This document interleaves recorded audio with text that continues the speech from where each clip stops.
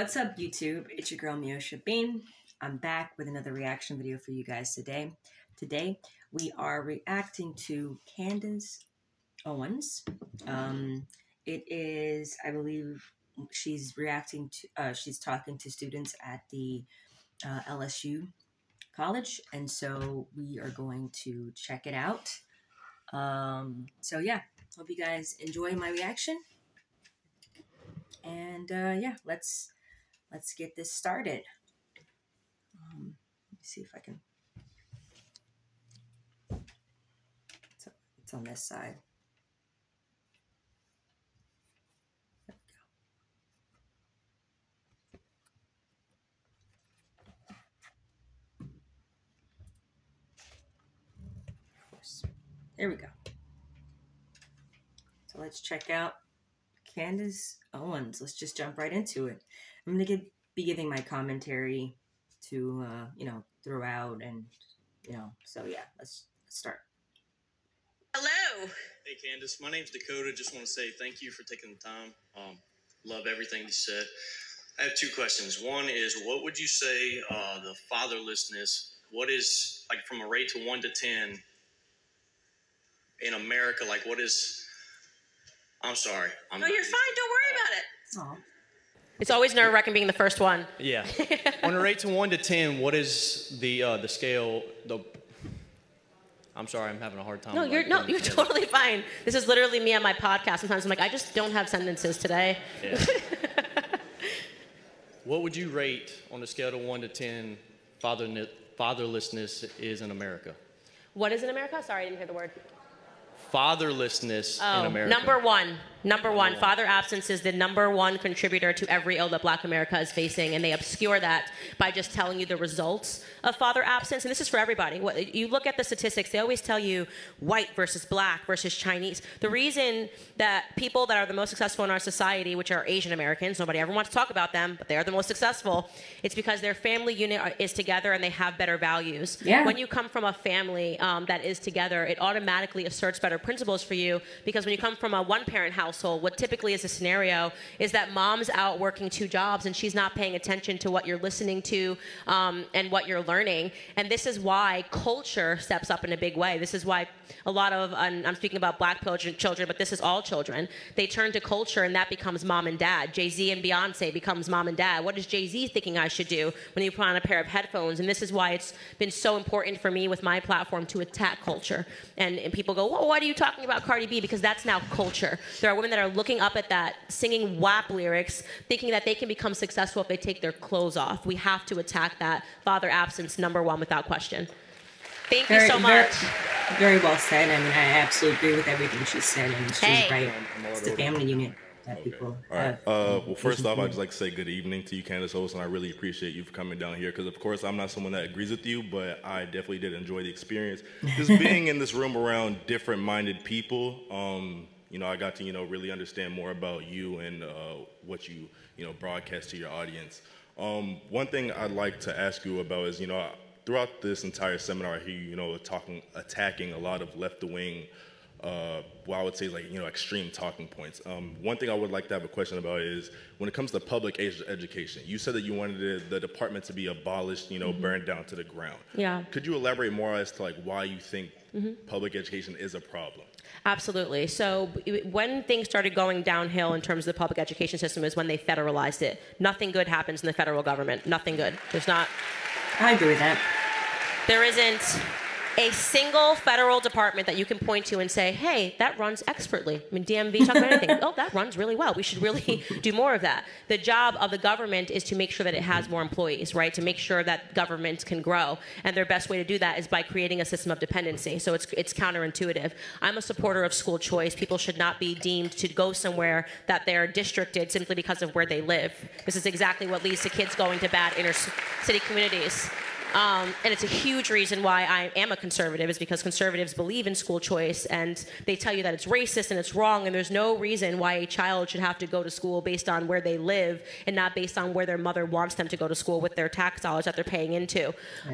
So the Department of Education has been a remarkable failure. There's not a single piece of proof that shows you that people are not reading more, writing better, we're not better at math than we were when it's been established. How can you have anything that takes that much money from the American taxpayer that hasn't given you a single marker for how it's become successful and it still is allowed to exist? It doesn't make any sense, right? Good point. So, of course, I agree with you there. I feel like, the federal government is spending a lot of people's money on things that doesn't matter. So why would he ask that question if he Another agrees? point that you made throughout your event is that you feel like the cause for the deterioration of Black America was the absence of family. Do you not feel, and you specifically cited the Jim Crow era, do you not feel that the times during that era had any effect on that, or do you feel like those? Well, it's an interesting study. So to be clear, I'm not arguing, because this is how a reporter will take me out of context, but Candace demands Jim Crow comes back. Absolutely not. What I'm saying is that is so telling that during Jim Crow times, the Black American family was doing better. Why is that? Because we had to rely upon ourselves, our families were together, and faith was at the center of not just the Black life, but the American life. And what happened, which Black people were given an opportunity to after slavery, was that families were able to come together. They understood the importance of family being together and better values being asserted. And so I'm not at all making an argument that somehow society would be better, but we should really try to learn the lessons of why it is that Black Americans have won in terms of segregation ending, in terms of race-based policies and initiatives being gone, and in terms of which is actually a big loss, the welfare policies. But everything that is shown is that we've gone backwards. We actually are doing worse than we were when we won all of these things. It's worth us having a discussion about it and realizing what happened. Thank you. So I just want to give it to more people because I feel so bad. Yeah. So this is just like a little quick question, like just for myself. Would you just be able to more elaborate, cite what areas Black Americans were thriving in during that time, just so I can. I'm sorry. What was that? Could you elaborate on what? Because you said that Black Americans, economically, were per household, per household, how much money people had at that time. Black Americans have gotten poorer. There has been trillions of dollars given to the welfare system, and Black American families are poorer today than when they were. That makes entirely no sense. Thank you. Yeah. Guys, I'm going to say this. I want to get to as many questions as possible. And I always feel bad when we have to cut the line. So if everyone could just try to keep it to one question and keep the question to 10 seconds, just so I can try to get as many people as possible. Hi. Hi, how are you? I'm good. How are you? Good.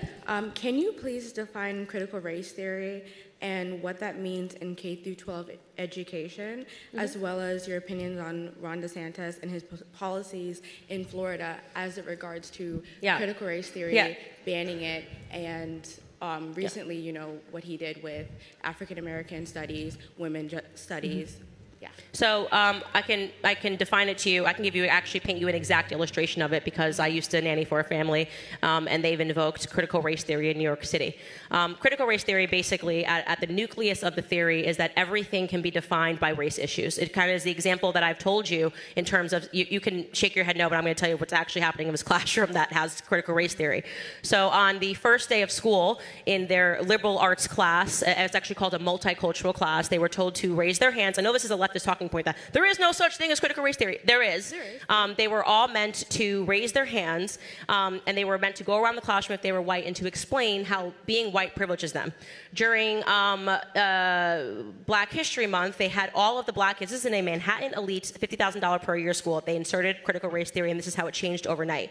During Black History Month, they had all of the Black students come up on stage, and shout at all the white people about how they didn't understand all of the things that they had lived through as a Black person. I see that you're chuckling. This is happening inside of classrooms, so we can't pretend that this is like an invisible thing that's not happening, African American culture, you think that in these classrooms when you're taking African American studies, you're learning about Black history. I have never in my entire life seen Black people more ignorant about their history than today, What they're actually teaching them is how to constantly see yourself as oppressed and how to see yourself through the vein of white people, like I said before, a game of opposites. Well, the reason why you're not getting ahead in life is not because you can't read, and we won't teach you how to read or teach you how to write or teach you how to learn any science, but because of the color of your skin and because of white people, which you need to go out and attack. And you're never attacking the one thing that is disadvantaging you the most. This is the same for women, It is an entire theory built upon the idea that the color of your skin determines your outcome, and it is causing friction in our society. It is not because of racial disparities. It is because people are being taught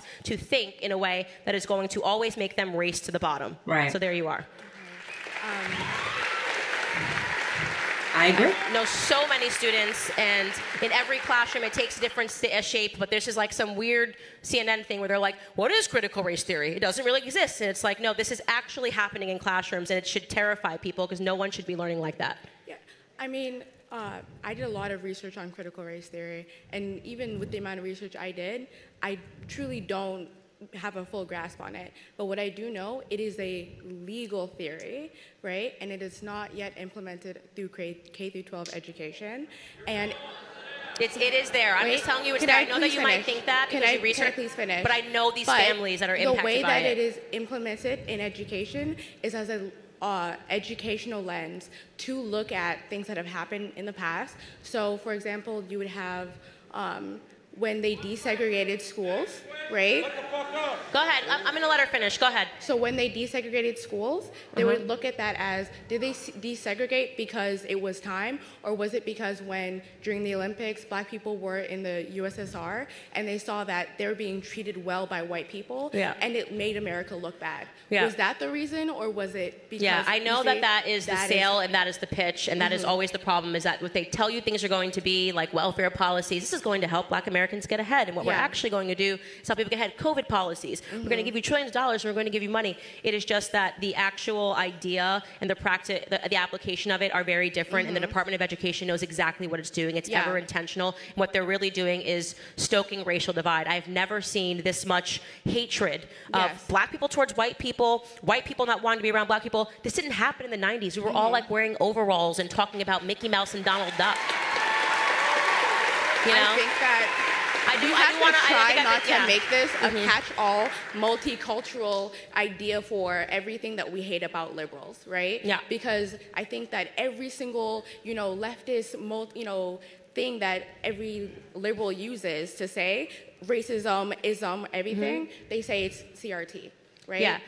Well, I don't know if it's always CRT, but CRT does exist. But I do want to be kind and let other people get other people speak. Wisdom doesn't grow in everyone's garden. I get what you're saying. Right? I totally get it. But it does exist. Oh, yeah. Thank you so much. Thank you so much.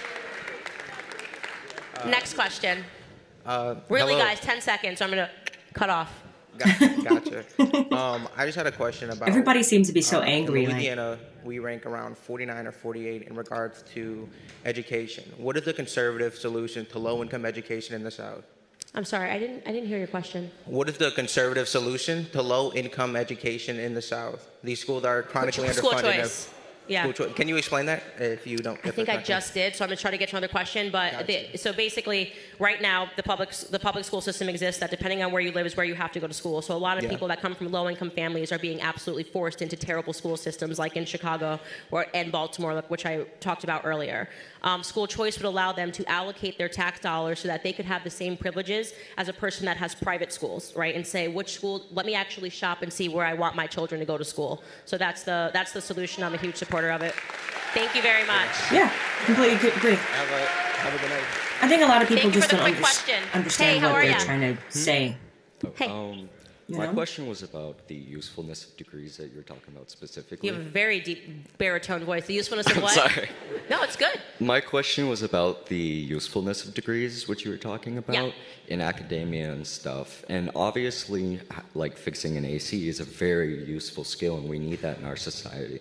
But I also think that people neglect the skills and intellect that don't produce capital or like profits for companies, which would be like gender studies or other degrees the such.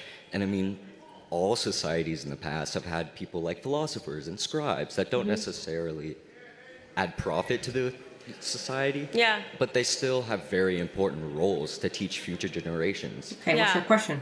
Here's what I would say. It's your funeral is an expression, which is, I'm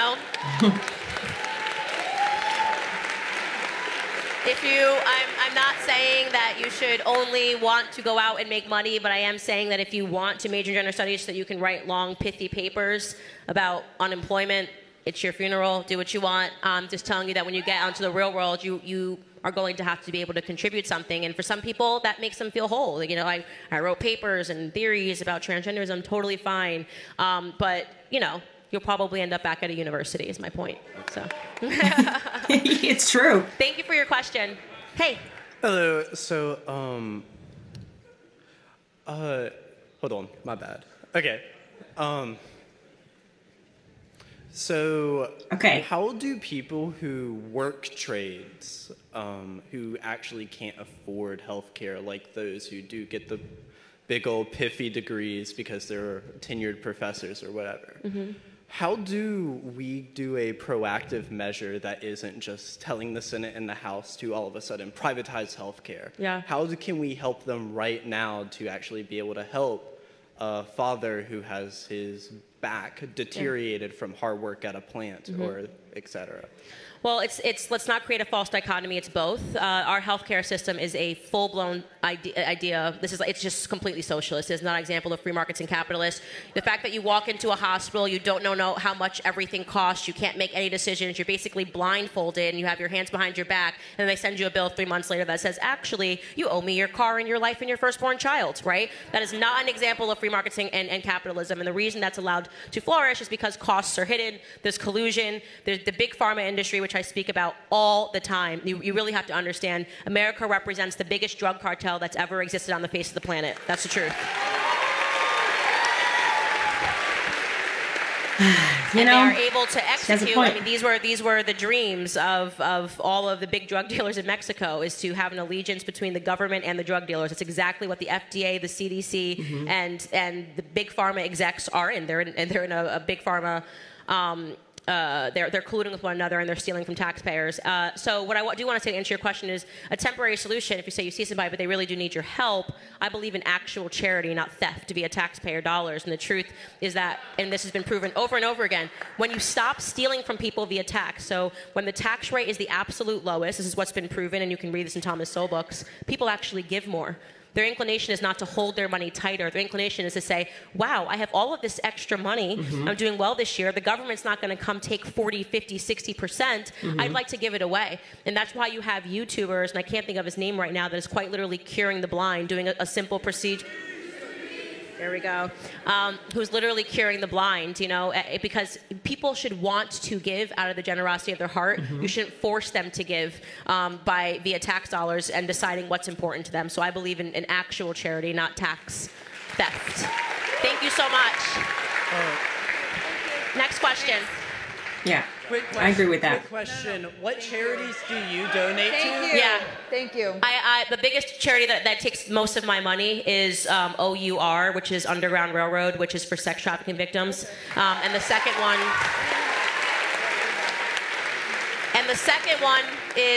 was, and now we're going to give to wherever James O'Keefe goes, but Project Veritas. Hey. Hi. How are you? I'm good. She has her hands crossed. That means she's already in offensive mode. On feminism. Oh, here we go. I'm a feminist. No, I was just wondering, perfect. how do you differentiate between the extremism that exists in feminism, as it does across, multiple different ideologies, but how do you differentiate between the extremism and how, feminists like me think? I don't hate men.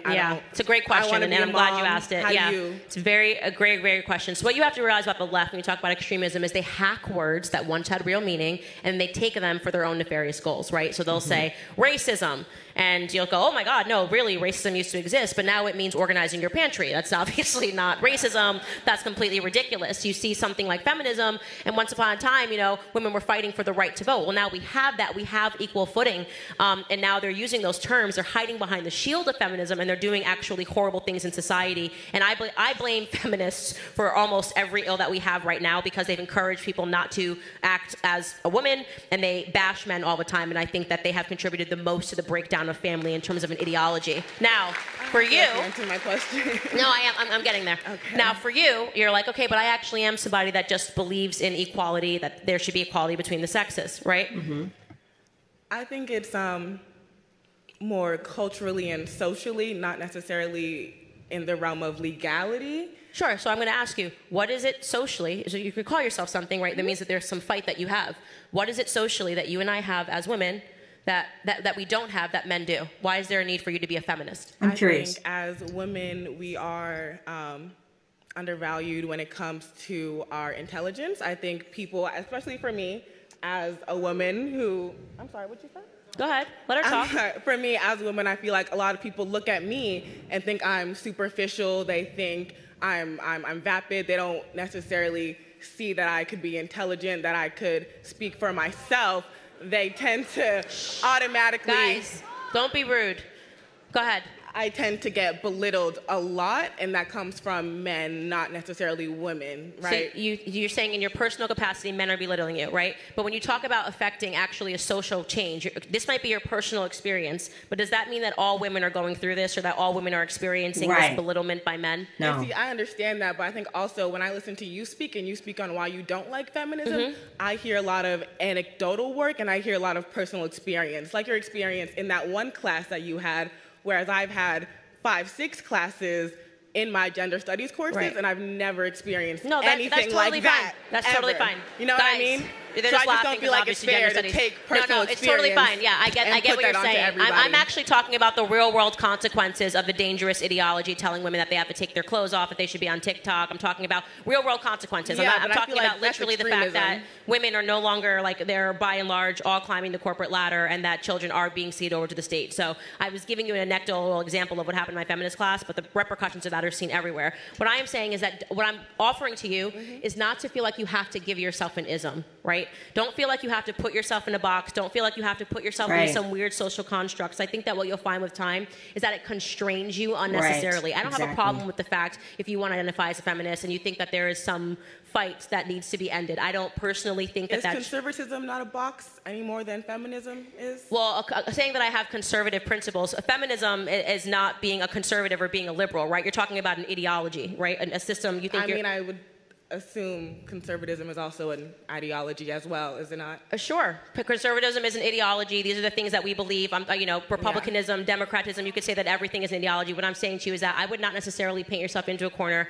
You don't seem to me like you have any issues speaking up. You don't seem to me like you feel like you're constrained in any way. You're standing up here today. I would offer to you that there's never been a more remarkable time to be a woman in this society. By every statistic, we are doing better than men. That's a fact, right? Men have we are graduating at a higher rate than men. Men have higher suicide rates. That's why I said to you, despite how you're feeling, what are the real world implications that suggest to you that you are somehow beneath men? You might have a personal experience where a man... we can talk about sexual assault everywhere, in the military, in the home.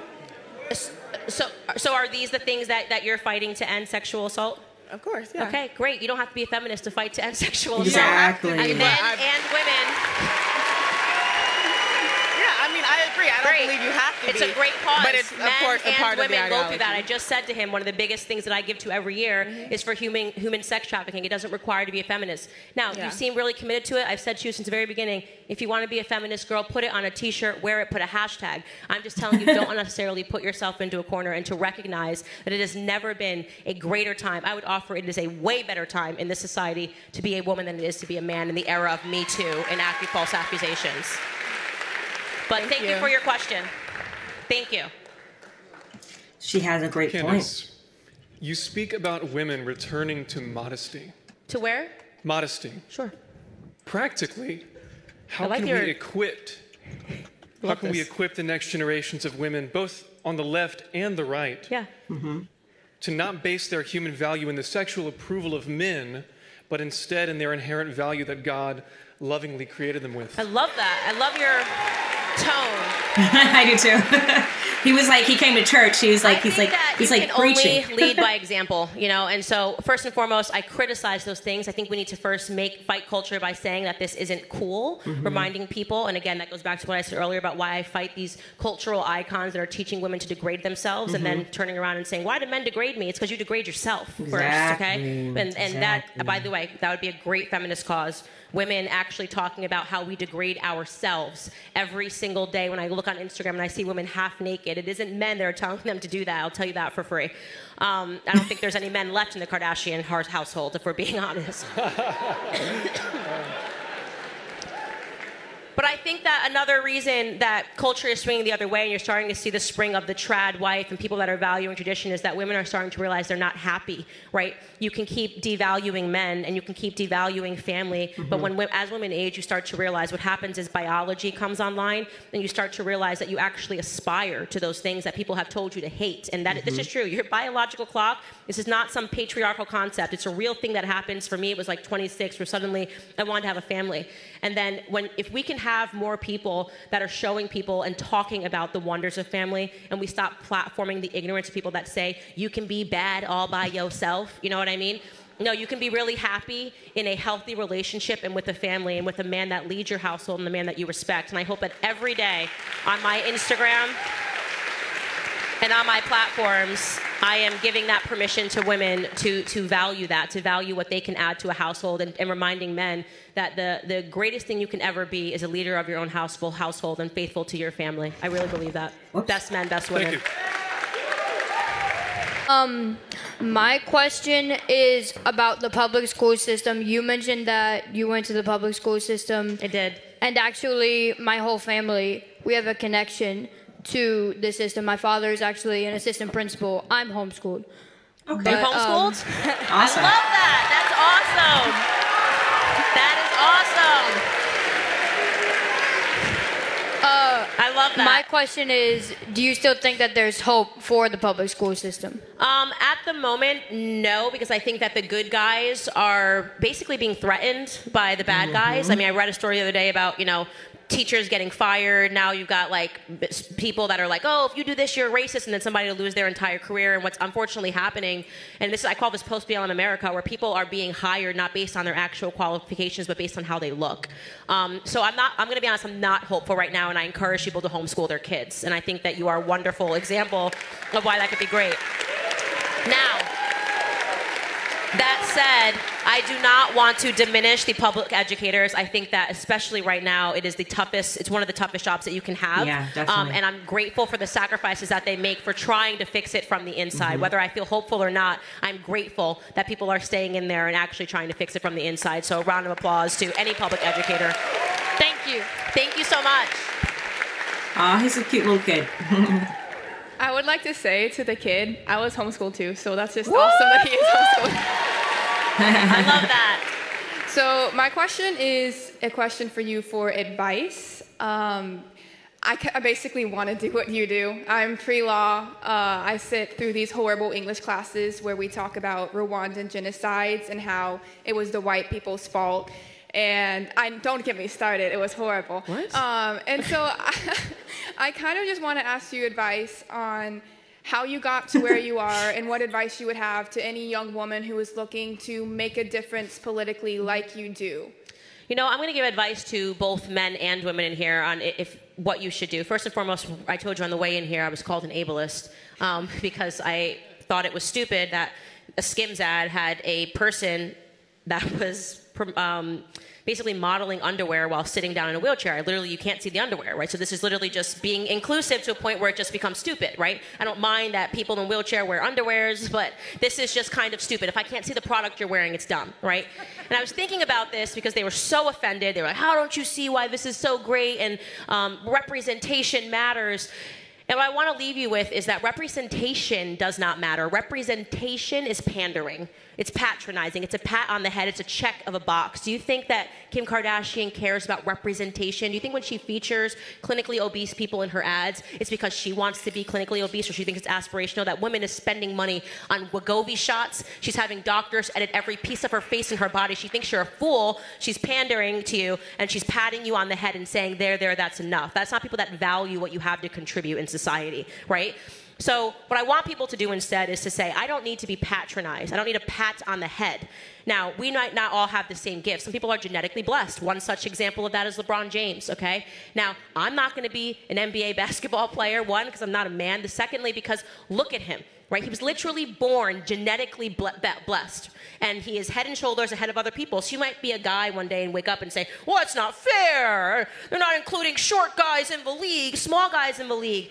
Well, when you start complaining and you look around and you say, why can't I be that or this? What you are doing is you are engaging in a game of envy. I believe this from the bottom of my heart. I believe that God decides to give every single person a gift, right? A gift. There is something, probably a lot of things that you are so much better at, Candace Owens, than that every person in this room. There's something that you are just so much more brilliant. In fact, I'll tell you one thing I'm really bad at. It's really weird. It's almost a disability. I can never guess how many marbles are in a jar. I'm always off.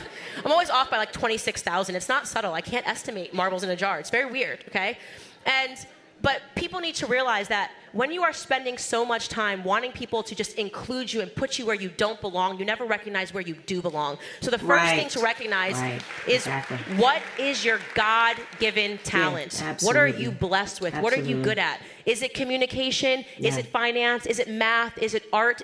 Do you sing like Whitney Houston? Just genetically blessed. I don't know why she can hit those notes. I really have no idea, but she can.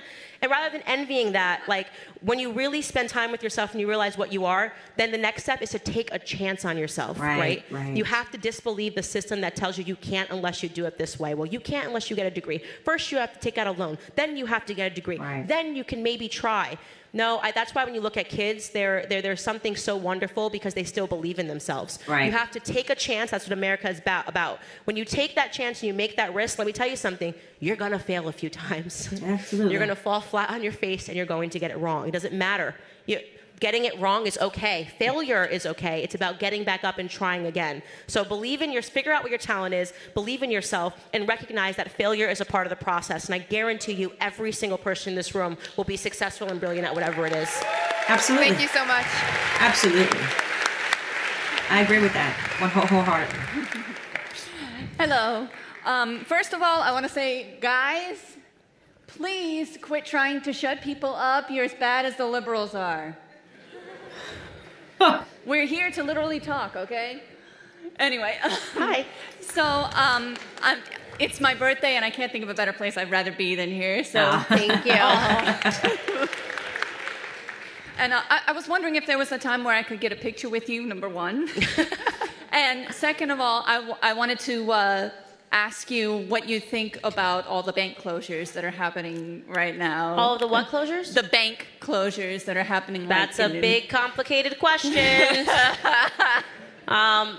This is a question that I give to my husband and think about the implications. I mean, eventually this was going to happen. You can't just print money forever, and you can't just keep saying, I mean, look at the M.V.B. board. It was incredible. Diversity, equity, and inclusion. People had no real skills. There was one person on the entire board that even had a backing in finance, right?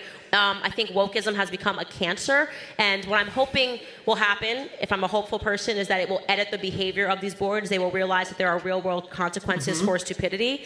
Don't know where it's going to end. Honestly, can't tell you. I don't think we're in a good financial standpoint place right now in Western civilization, is to answer your question, which is why I say develop real skills. Learn how to grow your own food, all of those things. I'm like a apocalyptic mindset. That's why seeds, growing stuff, like constantly thinking about how you can self-sustain within your own household, and then I don't have to cry so hard when something scary happens, like a bank collapses and it has residual effects. Yeah. Well, thank you. You're welcome. Thank you so much. That was great. That was great. That was awesome. That was really, really good to watch with you guys. I hope you guys enjoyed that. My reaction. I didn't really talk that much because, I mean, obviously it's self-explanatory and I'm just having a conversation, just watching. And my thoughts are that, I think that, everybody has their right to say what they want to say and freedom of speech. I think America, we live in the greatest country of all ever. We have so many amazing things that we have access to that a lot of people in other countries don't. And I think once we realize that, and also like she said at the end, like whatever your God-given gifts and talents are, and whatever that is for you, capitalize that, expand on that, grow that gift. Because I mean, we're all here for a, like Drake said, we're not here for a long time, but we're here for a short, not long time, but a good time. But as we hear, we should definitely look and figure out our God-given gifts and talents that God has given us, and use that, expand that, and share that to the world. That's the gift. Not trying to be like what she said and everybody else, or try to figure out, well, why is that? Like, and at the end of the day, if you have different beliefs than somebody else, it's okay, because at the end, that's what That is what we need to have, is being able to talk to people that we don't understand. Even if I have my own set of beliefs, that doesn't mean I have to shut you down. You have to shut me down. But we can still have a conversation and agree to disagree, or just have a conversation, because I think it all starts with conversation and talking. That's where it starts at. Anything. And just recognize that we are in a great time. Yes, a lot of chaos is happening in the world, and you know, it but also like never get to the point where we're like, you know, like upset with like circumstances. If you're upset with circumstances, change them. That's the thing. That's the beauty that we can change our circumstances. We have that privilege. We can. Anybody. So I personally, you know, love this debate. This was a great conversation. Great, you know, yeah. I mean, I think a lot of people have their things, and you know, everybody has their thought process. But at the end of the day, it's like, you know, be secure in your own. You know, don't try to like down someone in what they believe or whatever. Even if I don't get it, okay. So what I believe should not affect you, or what you should believe should not affect me. But that I can say, okay, I understand your point, or okay, interesting. And then maybe you understand my point, or you don't, you know what I mean? So I feel like a lot of it is just being able to be good human beings and good listeners and understanding, because that's how any change will happen. Is going to happen in this world that we live in. Any change, anything, whether it's whatever isms, like they said in the video, you know, it starts with just listening and having a conversation and giving people that respect, you know, vice versa, you know, on either side. Anyway, guys, thank you guys for watching. Also, guys, if you want to see more of this kind of content, I'll have longer video versions on my Patreon. So head over there and subscribe. Also, you know, it's only $5. Like literally, you're supporting the merch. You know, the M.V.B. Films Productions. So for those that don't know, I am a filmmaker. I shoot movies. I have a production company, M.V.B. Films Productions. I shoot a lot of things. I do a lot of commentary, do a lot of documentaries, everything like that. You can find my work online. You can Google it, Meosha Bean. A lot of great commentary, a lot of great things happening. I have a podcast, Creator to Creators, Tea Talks with Meosha Arena. Yeah, guys, thank you guys for just all the support and love and subscriptions. You know, let's keep growing. Let's keep talking. Let's keep having this great conversation and just, you know, growing and learning together. All right, guys, see you guys soon. Make sure to rate, comment, subscribe. See you guys later.